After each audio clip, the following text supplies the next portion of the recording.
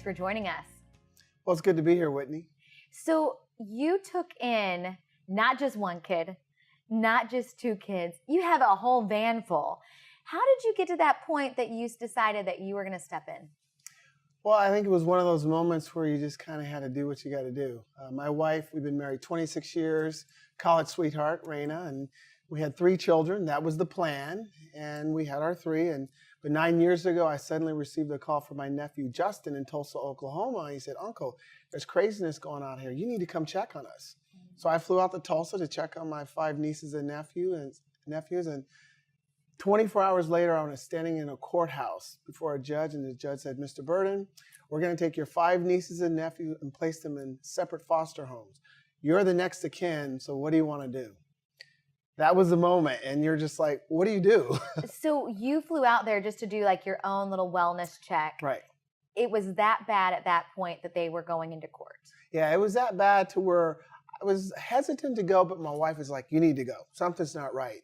And then 24 hours later, I learned so much within that time that now I was faced with a decision on what to do with the children. How did you decide that? Because today's show is about mentoring and stepping in, but you didn't just step in. You all of a sudden became like leader of a household, a whole house.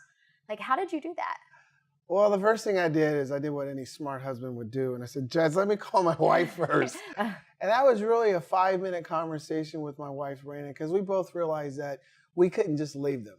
We had the ability, we had the desire, and we just said, "You know what? Let's take them." And that's what I told the judge, and we just did it. What advice would you give to other people that are maybe put in this position or might face this coming up in their life? Like, what would you say? Well, I think, realize that sometimes in life you're thrown a curveball.